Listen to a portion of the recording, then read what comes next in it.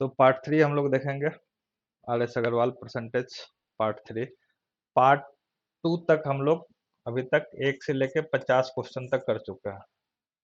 1 से लेके 50 क्वेश्चन तक कर चुके हैं, 1 to 50। ठीक है।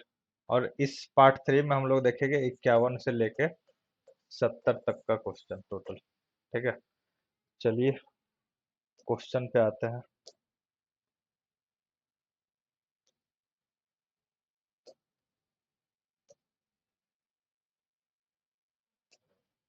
देखिए पहला क्वेश्चन है, यदि अनिल की ऊंचाई दीपक की ऊंचाई से, यदि अनिल की ऊंचाई दीपक की ऊंचाई से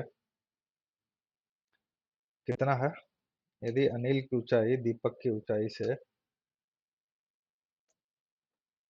60% अधिक हो, तो देखिए इसको तो या आप ऐसे कर सकते हैं कि ये आपका अनिल है, ये अनिल है और ये दीपक है। आप अनिल की ऊंचाई किसकी ऊंचाई से, दीपक की ऊंचाई से, दीपक की ऊंचाई से, तो दीपक का ऊंचाई अगर आप 100 माने तो अनिल का ऊंचाई उससे 60% अधिक होगा तो 160 होगा।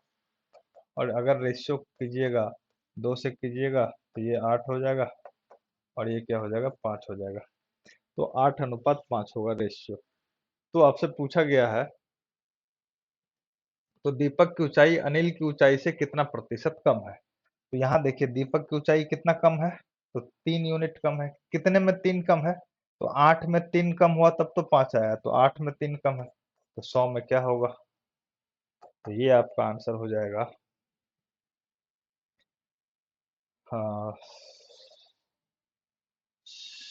3/8 है तो ये हो जाएगा 37.1/2%। ठीक है, ऑप्शन सी 37.1/2% कम है। इस सवाल में देखिए इसमें बोला जा रहा है कि यदि x y से 10% अधिक हो, सेम क्वेश्चन है, x y से 10% अधिक हो, x और y है, किससे, y से, तो y को आप 100 मानिए तो x कितना हो जाएगा, 110। तो दोनों का रेशियो क्या होगा, 11:10। तो x y से 10% अधिक हो तो y x से कितने परसेंट कम है, y x से कितना कम है, तो 1 कम है। कितने पे कम है, 11 पे, तो 100 पे क्या होगा, तो 11.1 सॉरी 11 नहीं होगा, ये होगा 9.1/11। कितना परसेंट कम है। 53 नंबर का सवाल देखिए, यदि ए की आय बी की आय से 20% कम हो, सेम क्वेश्चन, या फिर आप इसको ऐसे बना सकते हैं कि 20% का हो, अगर हम भिन्न में तोड़ेंगे तो लिखेंगे 1/5, 20/100। तो यानी बी की आय, यदि ए की आय बी की आय से, तो बी की आय अगर 5 यूनिट है तो ए की आय क्या है, उससे 20% कम यानी 1 कम है। तो ए की आय कितनी हो जाएगी, ए की आय हो जाएगी 4, तो बी की हो जाएगी 5। वही चीज है। तो आपसे पूछा गया है, तो ए की आय बी, एक, तो बी की आय ए की आय से कितने परसेंट अधिक है, कितना अधिक है, एक। कितने पे एक अधिक है, तो 4 पे एक अधिक है तब तो 5 है, तो 4 पे एक अधिक है तो 100 पे क्या होगा, आंसर हो जाएगा 25%। वही चीज है, आप इसको या ऐसे बोल सकते हैं कि बी की आय से, बी की आय से तो बी को 100 मानो, उससे 20% अधिक है तो ये 120 हो गया। काटोगे तो ये क्या हो जाएगा, 6:5 हो जाएगा। ये गलत कर देगा, ए की आय बी की आय से 20% कम है, बी की आय से 20% कम है, अधिक कम कर दिया। तो कम है इसका मतलब ये क्या हो जाएगा, 80 हो जाएगा। अगर 100 मान के कीजिएगा तो ये 80 हो गया, तो ये हो जाएगा 4, ये हो जाएगा 5, सेम चीज है। तो चाहे आप डायरेक्ट इसको फ्रैक्शन में तोड़ लीजिए या फिर 100 मान लीजिए, दोनों से आप किसी भी तरीके से आंसर ला सकते हैं आसानी से। 54 नंबर का क्वेश्चन है, यदि ए की आय बी की आय से 25% कम हो, सेम क्वेश्चन है यार, ए की आय बी की आय से 25%, किसकी आय से, तो बी की, तो बी का अगर 100 है तो उससे 25% कम, ये कितना होगा, 75। 25 या 75, 25 चौके 100, 3:4। तो बी की आय ए की आय से कितने परसेंट अधिक है, कितना अधिक है, 1 अधिक है। कितने पे एक अधिक है? तो 3 पे। तो 100 पे क्या होगा? 33.1/3% अधिक। Same question. 55 नंबर का क्वेश्चन देखिए कि ये क्वेश्चन आप लोग कमेंट सेक्शन में आंसर कीजिए। सेम क्वेश्चन है। यदि ए की आय बी की आय से 50% कम है तो बी की आय ए की आय से कितने प्रतिशत अधिक है? इसका आंसर आप कमेंट में कीजिए क्या होगा, क्योंकि इससे पहले सेम क्वेश्चन 2 3 4 क्वेश्चन सेम करवा चुके हैं। तो 55 नंबर का आप लोग आंसर कीजिए। 56 नंबर का क्वेश्चन है, यदि ए का 60% बी का 3/4 हो। ए का 60% में 60/100 बी का 3/4 हो। देखिए 60/100 को आप लिख सकते हैं 3/5। 20 से काटिएगा तो डायरेक्ट आप इसको क्या लिख सकते हैं? 3/5। तो 60% को आप डायरेक्ट 60/100 की जगह 3/5 ही लिखिए। तो ए का 3/5 बी का 3/4 है। तो ए और बी, तो ये 3 3 तो ऐसे गया। ये क्या हो जाएगा? a/5 is equal to b/4। तो यहाँ से 4a इजकल टू 5b हो जाएगा। 4a is equal to 5b। तो a/b कितना हो गया? a/b हो गया 5/4। तो a अनुपात b पूछा जा रहा है, तो 5:4। a/b यानी a अनुपात b। 5:4। 5:4 आपका ऑप्शन डी में, ये आपका सही आंसर। ठीक है। अच्छा, ये कलर सही आ रहा है ना? सही है ना?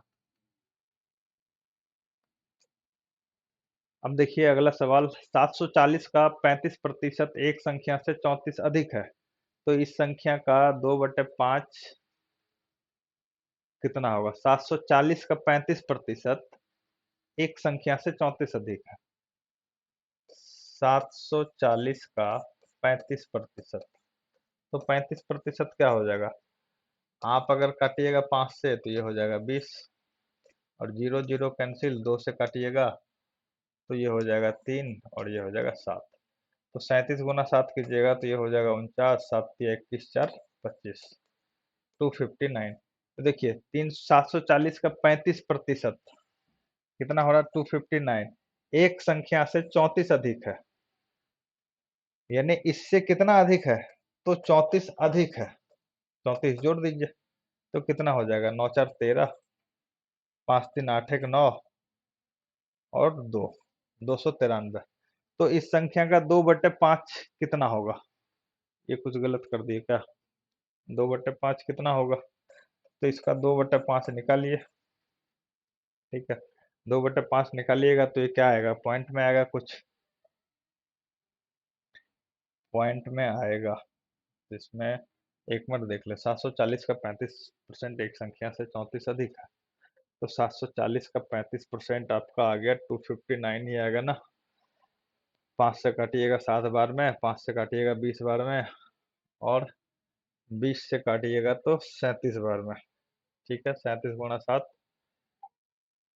किस 4 25, और उसमें 34 अधिक है, तो 34 आप जोड़ दीजिए तो 5 4 9, 9 4 13, 5 3 8 1 9, यही होगा। तो इसको आप अगर फाइनली कैलकुलेट कीजिएगा तो ये कितना हो जाएगा? 3 दूना 6, 9 दूना 18, और 2 दूना 4 1 5/2। ठीक है, यहाँ से काटिए, सॉरी 2 नहीं 5 है ये क्या है? 5 है। तो ये एक हो गया, फिर एक हो गया, 3 36। तो 36 में 7 हो गया 35.2 हो जाएगा 117.2। यही इसका आंसर होना चाहिए, 117.2। 57 नंबर का आंसर। ठीक है।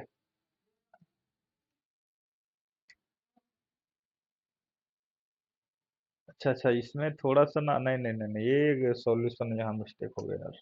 वही हमें लग रहा था कि ये आंसर इसका ये नहीं होना चाहिए, ये मिस्टेक हो गया है। आपसे बोला गया कि एक संख्या का 35%, 740 का 35% एक संख्या से। देखिए क्वेश्चन ऐसा बोला गया है कि 740 का, सॉरी, 740 का 35% जो है ना, 740 का 35% यानी 35/100 एक संख्या से 34 अधिक है। मतलब कोई एक संख्या है, 740 का जो 35 आप निकालेंगे ना, तो कोई एक संख्या उससे 34 अधिक होगा। तो मान लो कि वो संख्या क्या होगा, x, और x से कितना अधिक होगा, 34 अधिक होगा। ये क्वेश्चन एक्चुअली में आपको बोल रहा है। थोड़ा सा यहाँ गलत कर दिए थे हम लोग। तो ये 7 हो गया, ये 20 हो गया अगर 5 से काटे तो, और ये हो जाएगा 20 से 37। तो ये कितना हो गया आपका 9, और 7 या 21 4 25, 259 इक्वल टू x प्लस 34।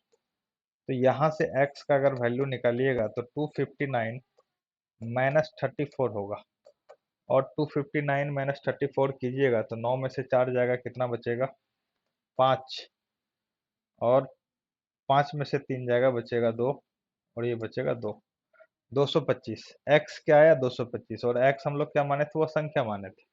अब बोल रहा है कि वो संख्या, यानी ये संख्या हमारा निकल गया 225। 225 का 2/5 कितना होगा, तो 2/5 भाग इसका निकाल लीजिए। अब आराम से कटेगा, 5 से 5 चौके 20, और 25 25, तो 45 गुणा 2 कितना हो जाएगा 90।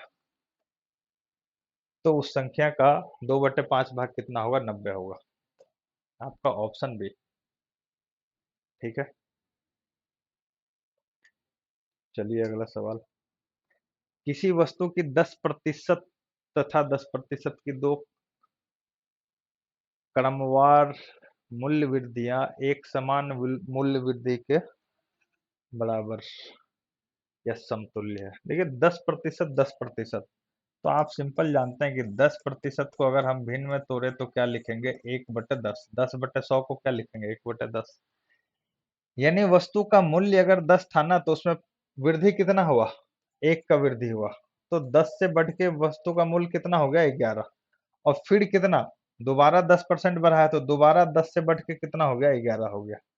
तो कुल मिलाकर आप देखते हैं कि 100 का वस्तु कितना हो गया, 121 का हो गया। तो कितना बढ़ गया, 21 बढ़ गया। कितने पे 21 बढ़ा, तो 100 पे 21 बढ़ा। प्रतिशत में पूछा गया है, तो 100 पे वैल्यू क्या होगा, गुना कर दीजिए, आपका आंसर क्या हो जाएगा, 21%। तो कुल मिलाकर जो मूल्य वृद्धि है ना, एकमात्र मूल्य वृद्धि, वो कितना होगा, 21%। ठीक है।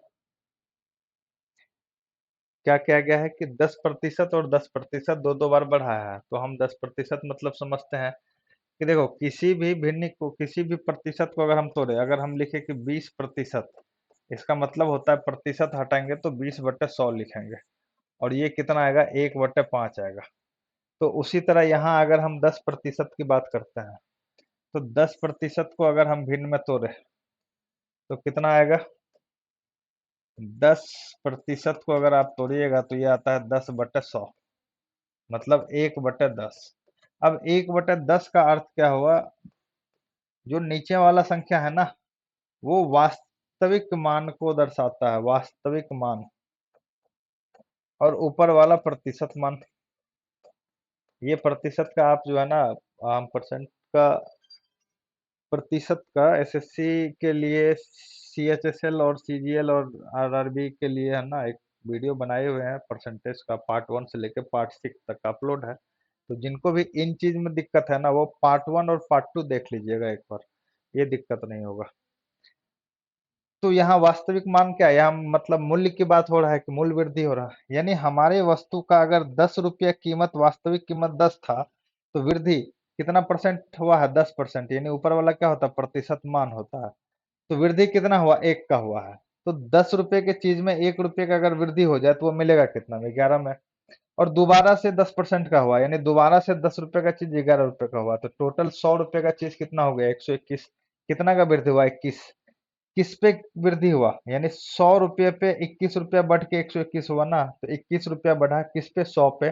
प्रतिशत में वैल्यू जा रहा है, तो गुणा कर दीजिए 100 से, आंसर क्या आ जाएगा, 21%। 59 का,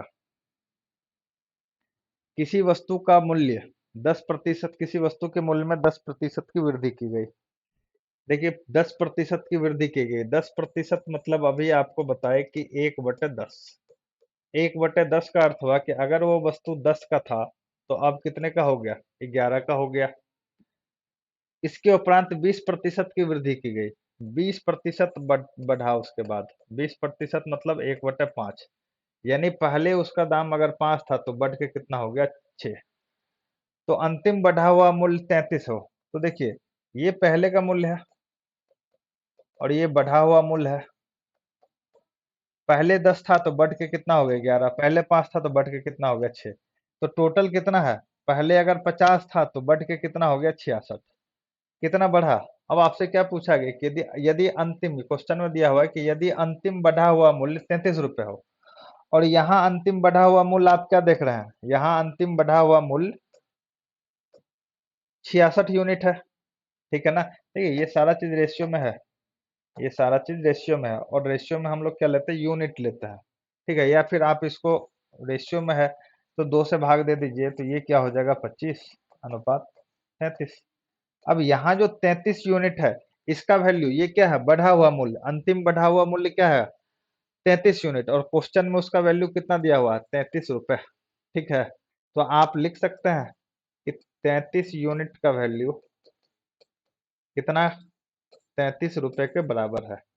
तो आपसे प्रारंभिक मूल्य पूछा गया, प्रारंभिक मूल्य कितना था, 25 यूनिट। 25 यूनिट का वैल्यू पूछा गया, क्या कर दिया यार, 25 यूनिट का वैल्यू क्या होगा,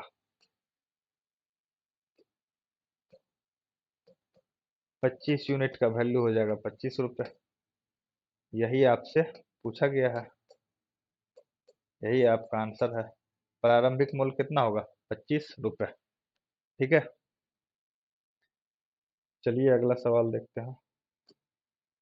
60 नंबर का सवाल जो है ना, 20% तथा 5% के दो क्रमवार बट्टे किस एकमात्र बट्टे के समतुल्य है।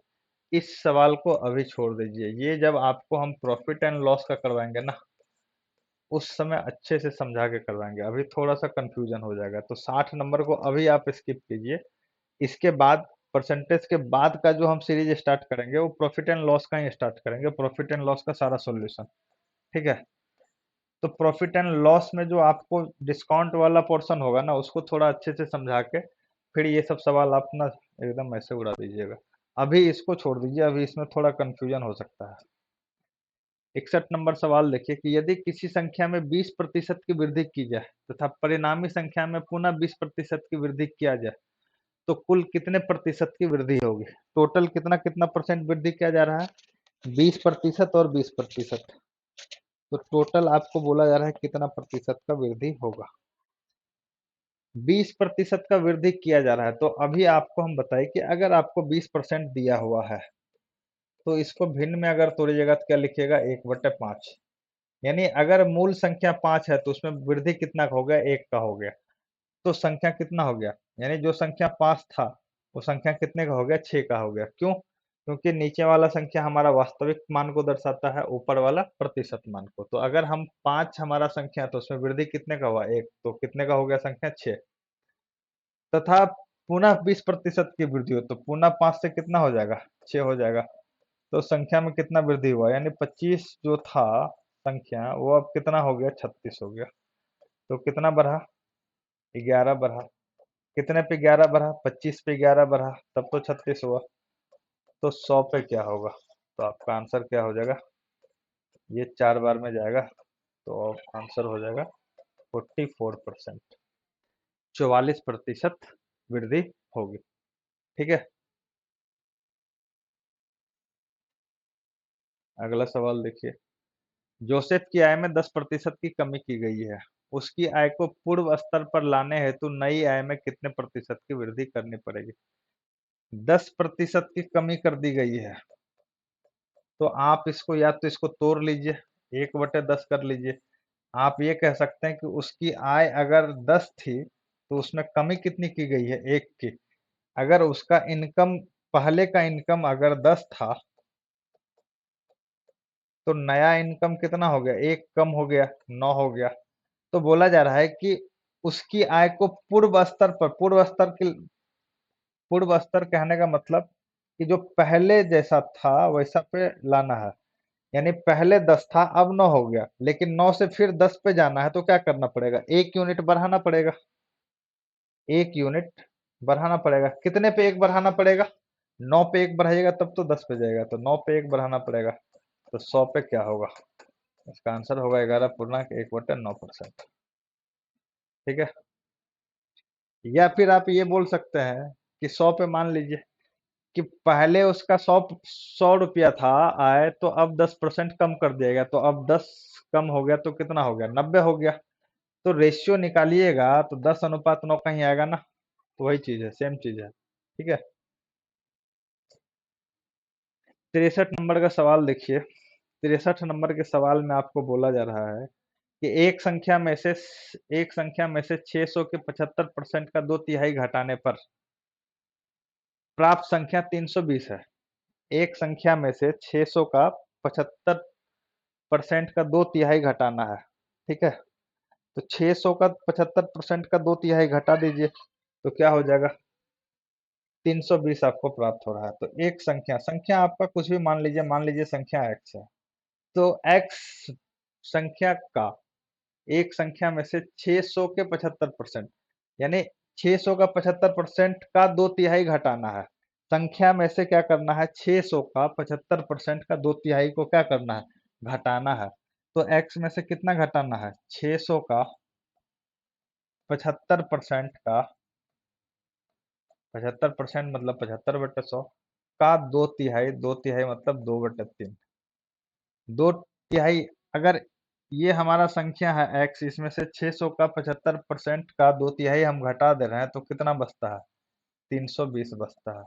तो मूल संख्या निकालना है। मूल संख्या निकालने के लिए अब क्या करना पड़ेगा, ये 0 0 चला गया, 3 से चला गया 6 दो बार में, तो ये हो जाएगा 75 × 2 150, 150 × 2 300।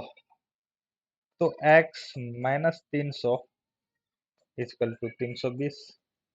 तो x इजकल टू क्या होगा, 320 प्लस 300 यानी 620।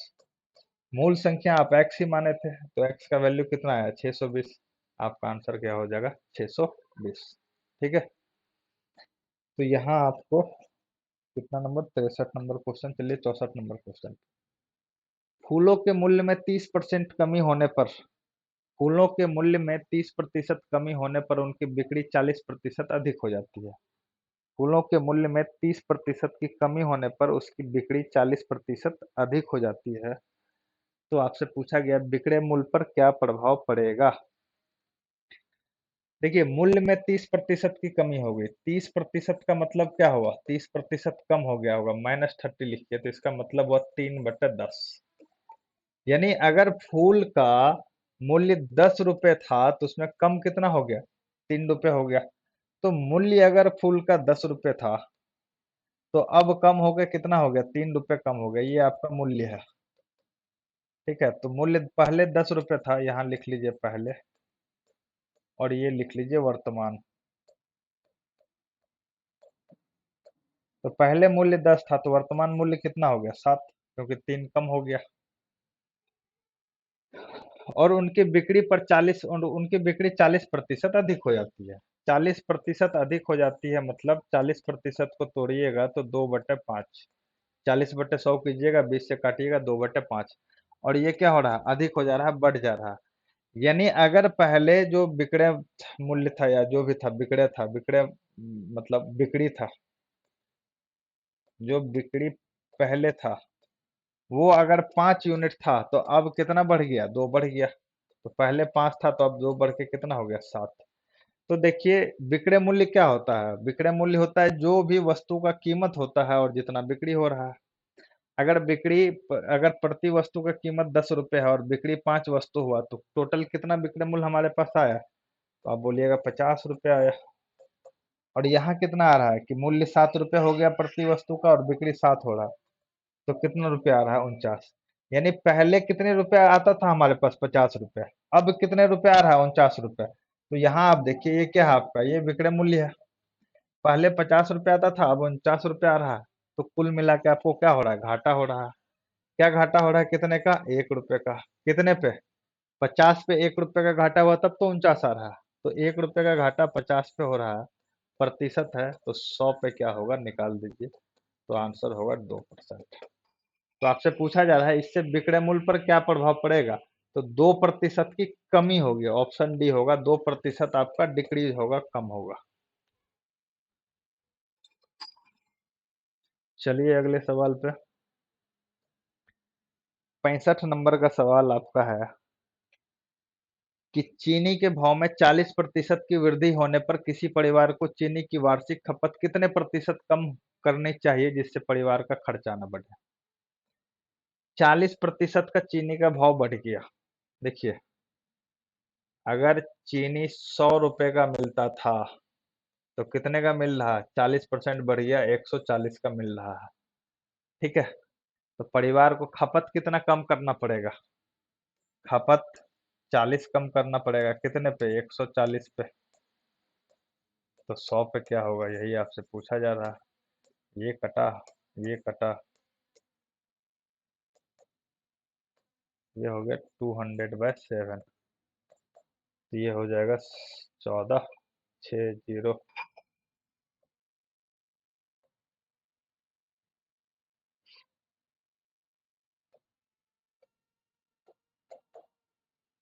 समझे इस बात को। आपसे बोला गया है कि चीनी का भाव जो है वो 40% बढ़ गया है। तो 100 रुपये का मान लेते कि हम पहले चीनी खाते थे, अब कितने का खा रहे होंगे, 140 रुपये का खा रहे होंगे। लेकिन बोला गया है कि चीनी की वार्षिक खपत बढ़ना ही नहीं चाहिए। चीनी की वार्षिक वार्षिक खपत कितने परसेंट कम होगी जिससे परिवार का खर्च ना बढ़े। तो पहले 100 रुपये का चीनी मिलता था, वो चीनी हो गया 140 का। लेकिन खर्चा बढ़ाना नहीं, खर्चा 100 रुपये ही करना है। तो आपको खपत कितना कम करना पड़ेगा, 140 से 100 पे लाना पड़ेगा। तो कितना कम कीजिएगा, कम कीजिएगा 40 का। 40 का कितने पे कम कीजिएगा, 140 पे। तो परसेंटेज में पूछा जा रहा है तो 100 पे क्या वैल्यू होगा, वही आपका आंसर होगा, 28.4/7। चलिए अगला क्वेश्चन देखते हैं। 65 तक ही है। चलिए, तो 65 नंबर क्वेश्चन तक ही है। ठीक है, तो ये हमारा, हम 65 तक ही है, आगे नहीं सेट किए थे क्या।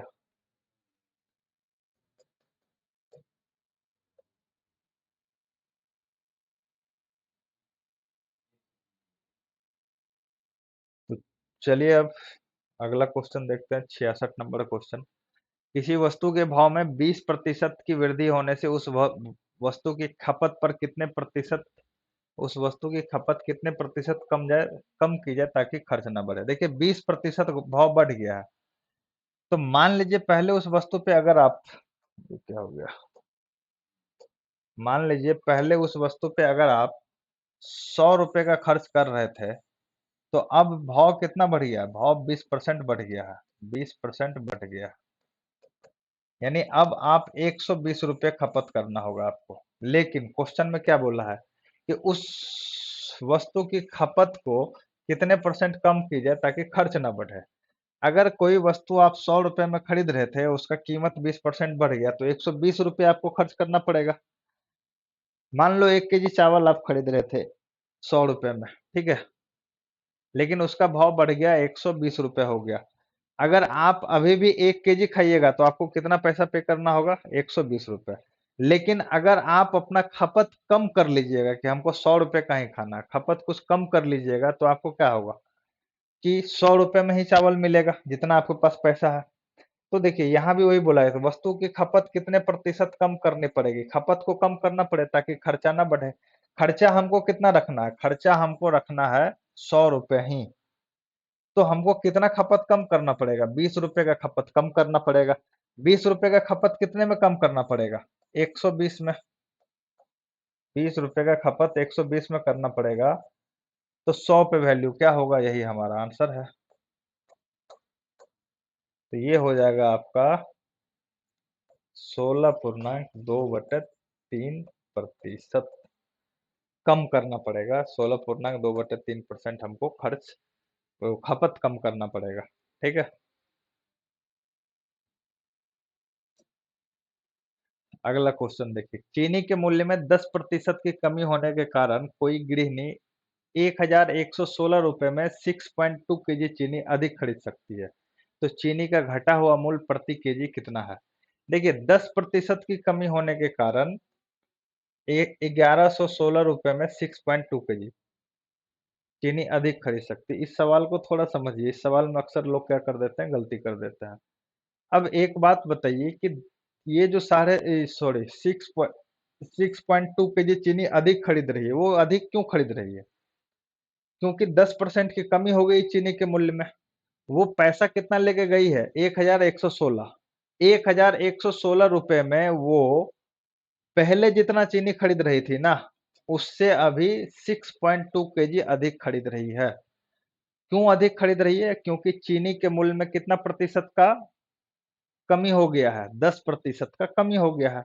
10% की कमी होने के कारण उसको पैसा बचा, और पैसा बचा तो 6.2 केजी चीनी अधिक खरीद ली। तो अब ये सवाल आता है कि कितना पैसा बचा? तो पैसा वो कितना लेके गई थी? 1116। 1116, इसका जो 10% भैया कम हुआ है, इसी 10% कमी के कारण जो उसका पैसा बचा, उसी में तो खरीद रही है, तो इसका 10% आप निकालिए, कितना होगा? 111.6 रुपए। और इस 111.6 रुपए में ही वो 6.2 केजी अधिक चीनी खरीदी है। यानी 6.2 केजी चीनी का कीमत कितना है? 111.6 रुपए। तो आप ये बताइए, आप ऐसे इसको उल्टा करके लिख लीजिए कि 6.2 केजी चीनी का कीमत 111.6 रुपीज है। तो 1 केजी चीनी की कीमत क्या होगी? 111.6 बटे 6.2। इसको अगर काट दीजिए तो ये कितने बार में जाएगा? ये चला जाएगा आपका 18 बार में।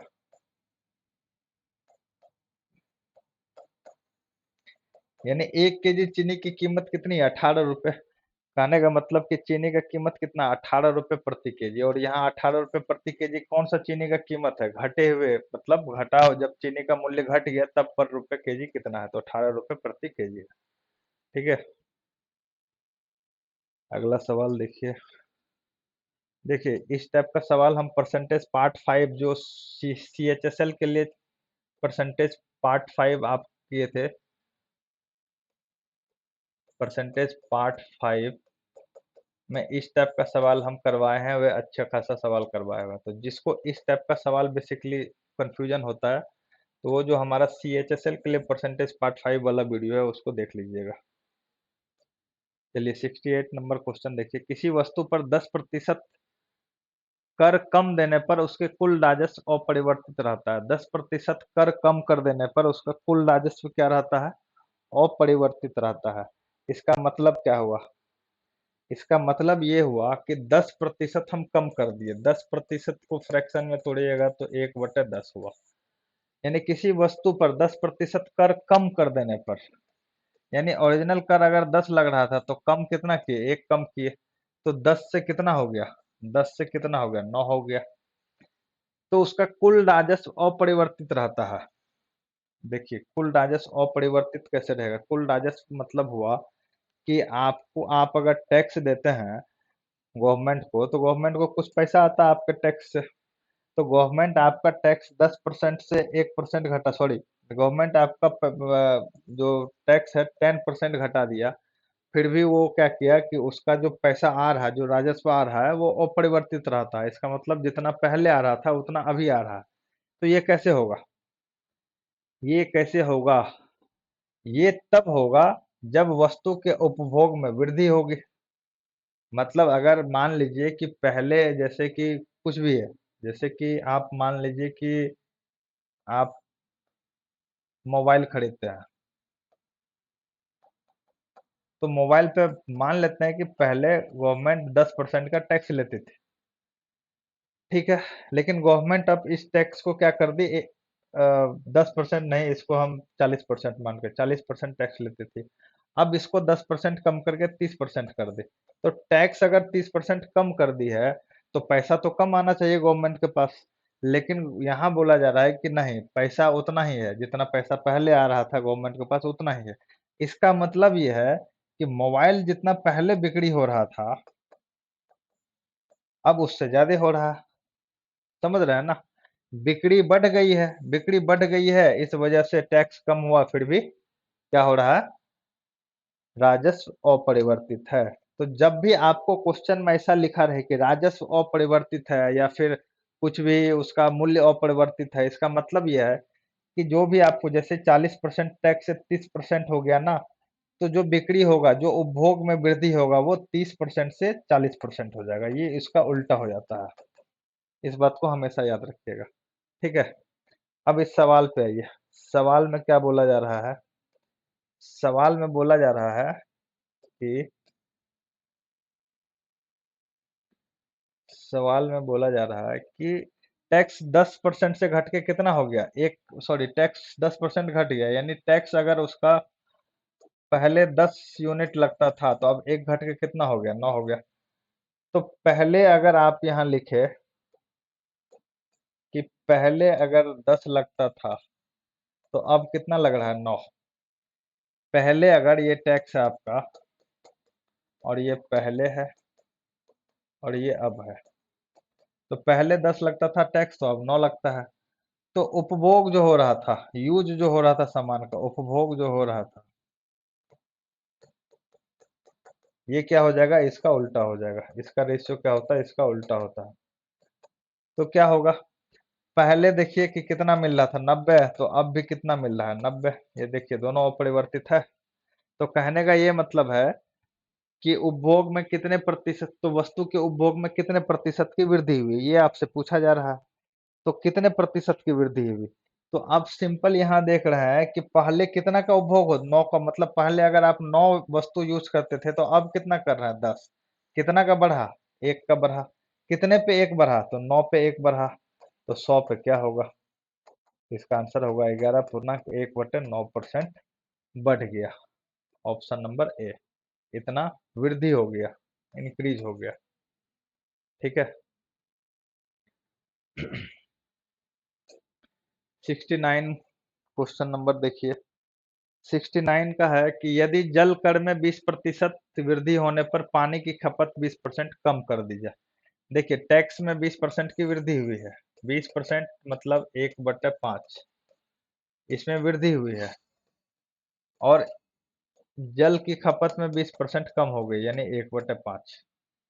ठीक है। टैक्स में क्या हो गया? टैक्स में 20% की वृद्धि हो गई, और उपयोग में क्या हो गया? 20% की कमी हो गई। तो ये आपका टैक्स है, और यहाँ आप उपयोग कर रहे हैं, ऐसा कुछ लिख लीजिए।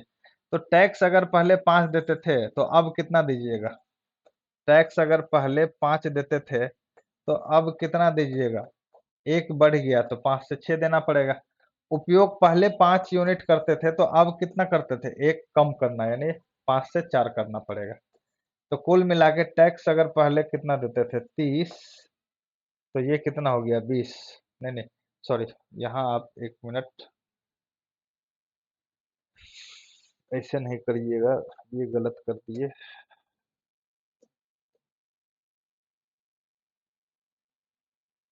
देखिए जितना आप टैक्स दे रहे हैं और जो उपयोग कर रहे हैं, यहाँ आपका गुना होगा। तो आप पहले अगर 25 रुपए देते थे टैक्स में, तो अब कितना दे रहे हैं? 24 दे रहे हैं। ठीक है। तो 25 से कितना पे आ गए? 24 पे आ गए। तो कम हुए कि ज्यादा हुए? कम हुए। कितना कमी हुआ? 1। कितने में 1 कम हुआ? तो 25 में 1 कम हुआ। तो 100 पे वैल्यू क्या होगा? यही आपका आंसर, यानी 4% का क्या हो गया? कमी हो गया, डिक्रीज हो गया। आपका ऑप्शन नंबर बी। ठीक है। 4% आपका टैक्स कम गया। Option number B. अगले सवाल पे चलते हैं। किसी वस्तु के मूल्य में 20% की कटौती की गई, तो इसे पूर्व मूल्य पर लाने हेतु कितने परसेंट की वृद्धि की जाएगी? ये क्वेश्चन हम नहीं बनाएंगे, इस क्वेश्चन का आंसर आपको करना है कमेंट में, क्योंकि ऐसा क्वेश्चन अभी आपको करवाया है। तो इसका आप लोग आंसर कीजिए कि 20% की कटौती की। ये तो आपको, देखिए ये 20% और 25%, 20% और 25% वाला तो याद ही आपको हो जाएगा। 20% कम हो जाएगा तो आंसर क्या होगा, 25% कम हो जाएगा तो आंसर क्या होगा। ऐसे इसका आंसर आप लोग बताइए कि होगा क्या। ठीक है, कमेंट में, क्योंकि ऐसा आपको ढेर सारा अभी क्वेश्चन करवाए हुए हैं। अगला क्वेश्चन चलिए 70 तक है। तो ये हमारा पार्ट 3 था। अब पार्ट 4 में हम लोग 70 से आगे देखेंगे। ठीक है, पार्ट 4 में हम लोग 70 से आगे का क्वेश्चन देखेंगे। तब तक जितने भी क्वेश्चन छोड़े गए हैं यहाँ, उन सबका आप लोग सॉल्यूशन बनाइए और हो सके तो उसका आंसर कीजिए कमेंट में और प्रैक्टिस कीजिए इसको। मिलते हैं आप लोग से पार्ट 4 में। तब तक ख्याल रखिए अपना।